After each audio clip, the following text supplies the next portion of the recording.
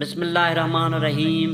السلام علیکم دوستو، حضرت خواجہ ابو عبداللہ الحارث المحاسبی رحمۃ اللہ علیہ فرماتے ہیں، جو شخص چاہتا ہے کہ بہشت کی لذت پائے، اسے چاہیے کہ صالح و قانع درویش کی صحبت میں رہے۔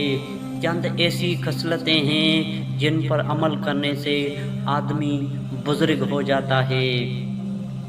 سچ یا جھوٹ پر خدا کی قسم نہ کھائے، جھوٹ کبھی نہ بولے، وعدہ خلافی کبھی نہ کرے، کسی پر لعنت نہ کرے، کسی کے حق میں بد دعا نہ کرے، ورنہ خدا اس کا بدلہ لے گا۔